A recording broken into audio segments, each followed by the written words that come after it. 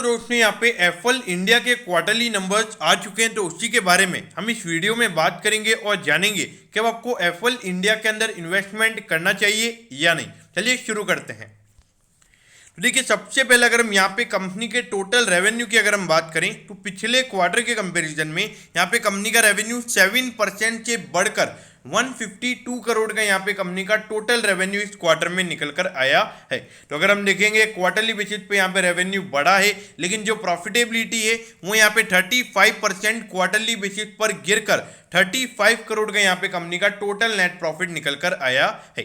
देखिए यहाँ पे 152 करोड़ लिखा हुआ है, लेकिन ये 35 करोड़ है, ये थोड़ा मिस्टेक से मैंने लिख दिया, तो चलिए मैं आपको सॉरी बोलता हूँ। तो ये नंबर यहाँ पे 35% से क्यों गिरा है? क्योंकि अगर कंपनी का रेवेन्यू बढ़ा है तो प्रॉफिट का नंबर यहाँ पे क्यों गिर रहा है? क्योंकि यहाँ पे जो कंपनी की अदर इनकम्स होती है, यानी कि जो रेंट की इनकम हो गई, एडवर्टीजमेंट की इनकम हो गई, थोड़ी जो भी एडिशनल इनकम कंपनी की होती है, वहां पे 24 करोड़ का हमें डाउनफॉल देखने को मिला है। तो यहाँ पर अगर हम देखेंगे पिछले क्वार्टर में कंपनी ने 58 करोड़ का प्रॉफिट कमाया था, और उस समय कंपनी की जो अदर इनकम थी वो थी 36 करोड़, और अभी अदर इनकम यहाँ पे कंपनी की निकल कर आई है 12 करोड़, यानी कि 24 करोड़ से यहाँ पे कंपनी की अदर इनकम कम हुई है, और उतना ही हमें यहाँ पे कंपनी का नेट प्रॉफिट कम होता हुआ नजर आ रहा है। अब अगर हम यहाँ पे ईयर ऑन ईयर बेसिस, यानी कि पिछले साल के अप्रैल से जून वाले क्वार्टर से अगर हम कंपनी के रेवेन्यू को कंपेयर करें तो उसके कंपैरिजन में यहाँ पे 70% से कंपनी का रेवेन्यू बढ़ा है। तो ईयर ऑन ईयर बेसिस का नंबर यहाँ पे काफी अच्छा है। और अगर प्रॉफिटेबिलिटी की बात करें तो यहाँ पे जो कंपनी का नेट प्रॉफिट है वो यहाँ पे 91%, यानी कि ऑलमोस्ट यहाँ पे जो प्रॉफिटेबिलिटी है वो यहाँ पर डबल हो चुकी है, और जो टोटल नेट प्रॉफिट यहाँ पे कंपनी ने कमाया है वो है 35 करोड़ का। तो यहाँ पे ईयर ऑन ईयर बेसिस के नंबर काफी अच्छे हैं, और देखिए क्वार्टरली बेसिस के नंबर भी यहाँ पे डिसअपॉइंटिंग नहीं है, क्योंकि कंपनी का रेवेन्यू यहाँ पर बढ़ा है। जो अदर इनकम का नंबर है, जो कोविड की सेकंड वेव है उसकी वजह से यहाँ पे अदर इनकम का नंबर कम आया है, तो इसलिए यहाँ पे जो क्वार्टरली बेसिस का जो नेट प्रॉफिट है वो हमें गिरता हुआ नजर आ रहा है। तो मेरे ख्याल से यहाँ पे रिजल्ट में कोई नेगेटिविटी मुझे नजर नहीं आती है। अब ये देखिए 11,000 करोड़ का इस कंपनी का मार्केट कैप है। अगर आप देखोगे इंडस्ट्री के कंपैरिजन में आपको बहुत ही ज्यादा प्रीमियम वैल्यूएशन पे ये स्टॉक अभी मिल रहा है। अभी जो कंपनी के रिजल्ट आए हैं उसके बाद जो कंपनी का प्राइस टू अर्निंग रेशियो निकल कर आता है वो लगभग 80 टाइम्स निकल कर आता है। तो अभी भी यहाँ पे वैल्यूएशन के कंसर्न नजर आते हैं।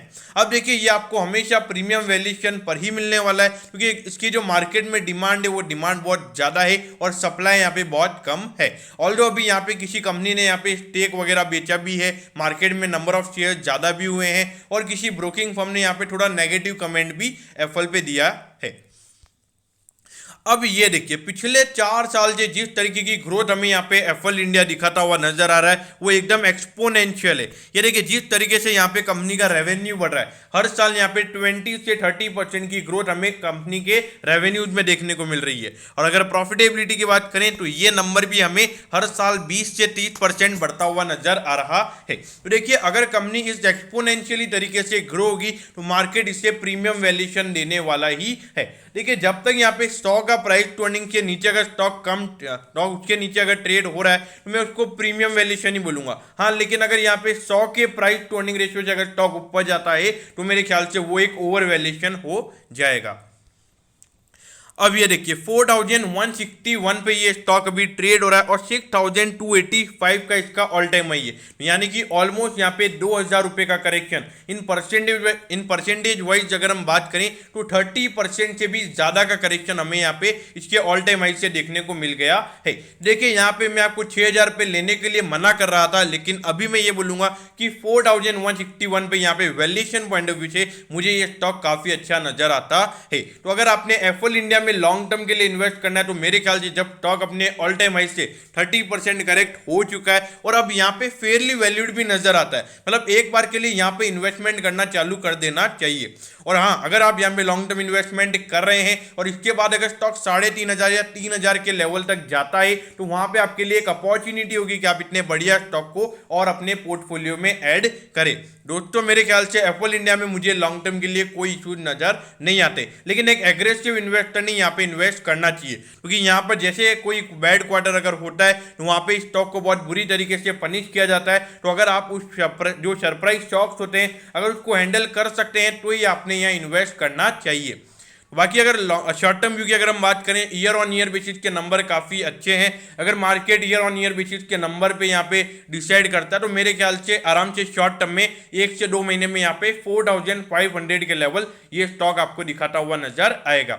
लेकिन देखिए आपको एक चीज समझनी होगी कि अभी एनएससी ने इसको बी लिस्ट में डाल दिया है, यानी कि अगर आपने स्टॉक को आज खरीदा आप उस दिन नहीं बेच सकते, आपको T+2 के बाद ही स्टॉक को बेचना है। तो उसके बाद इस स्टॉक में लिक्विडिटी बहुत कम हो गई है, तो यहाँ पे शॉर्ट टर्म के लिए मैं रिकमेंड नहीं करूंगा। अभी आपको अगर इन्वेस्टमेंट करना ही है, मतलब कुछ काम करना ही है स्टॉक में, तो मेरे ख्याल से लॉन्ग टर्म इन्वेस्टर्स ने यहाँ पे ध्यान देना चाहिए। शॉर्ट टर्म को यहाँ पे जब बी लिस्ट से एनएससी को हटाएगा तब मेरे ख्याल से आपके ये स्टॉक आपके रडार पर होना चाहिए।